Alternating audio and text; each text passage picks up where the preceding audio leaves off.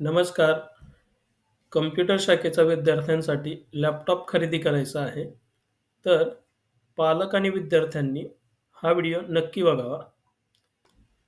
Video सुरू करण्याआधी किंवा बेस्ट कॉन्फिगरेशन सांगण्याआधी विद्यार्थ्यांना एक महत्त्वाचा कन्सेप्ट मी सांगतो. सर्वात आधी विद्यार्थ्यांनी हे समजून घ्यावं, की लॅपटॉपचा वापर आपण काय करणार आहोत? लॅपटॉप कशासाठी आपण घेत आहोत? तर लॅपटॉपचा वापर हा फक्त गेम खेळण्यासाठी आपण करणार नाही. रोजची प्रॅक्टिस आपल्याला त्यावर करायची आहे. कोडिंग, प्रोजेक्ट्स हे आपल्याला त्यावरती करायचं आहे. तसंच स्किल वाढवण्यासाठी आपण लॅपटॉपचा वापर करणार आहोत. लॅपटॉपचा वापर हा फ्युचर तयार करण्याची एक सवय ठरणार आहे किंवा राहणार आहे. विद्यार्थ्यांप्रमाणेच पालकांनाही काही महत्त्वाचा मुद्दा इथं सांगायचा आहे. लॅपटॉप हा फक्त एक खर्च नाही, तो तुमच्या मुलाच्या फ्युचरसाठी केलेली एक इन्व्हेस्टमेंट राहणार आहे. आज लॅपटॉप खरेदी केला, उद्या विद्यार्थी त्याच्यावर स्किल इम्प्रूव्ह करणार आहे. परवा त्याचं करिअर त्याच्यामध्ये घडणार आहे.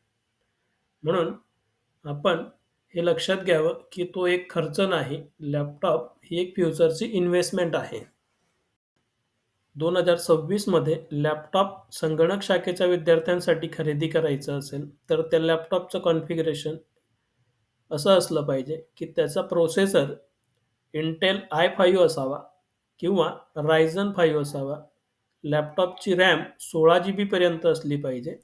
तसंच त्याच्यात जी स्टोरेज कॅपॅसिटी आपण ठेवणार आहोत, ती 512 जीबी एस-एस-डी असली पाहिजे. नंतर लॅपटॉपमध्ये ऑपरेटिंग सिस्टम जी राहणार, ती विंडो 11 असली पाहिजे. लॅपटॉपचे जे डिस्प्ले स्क्रीन आहे, ते 14 इंचापासून तर 16 इंचापर्यंत आपण ठेवू शकतात. लॅपटॉपचा जो डिस्प्ले आहे, तर तो आय कम्फर्ट असला पाहिजे. तर हे संगणक शाखेच्या विद्यार्थ्यांसाठी लॅपटॉप कसा घ्यावा याबद्दलचं मार्गदर्शन. या व्यतिरिक्त इतर शाखेचे विद्यार्थी असतील किंवा आपला स्वतःसाठी लॅपटॉप घ्यायचा असेल, तर तो कसा असावा, त्याचा वापर तुम्ही जसा करणार त्यानुसार आपण लॅपटॉप घेतला पाहिजे.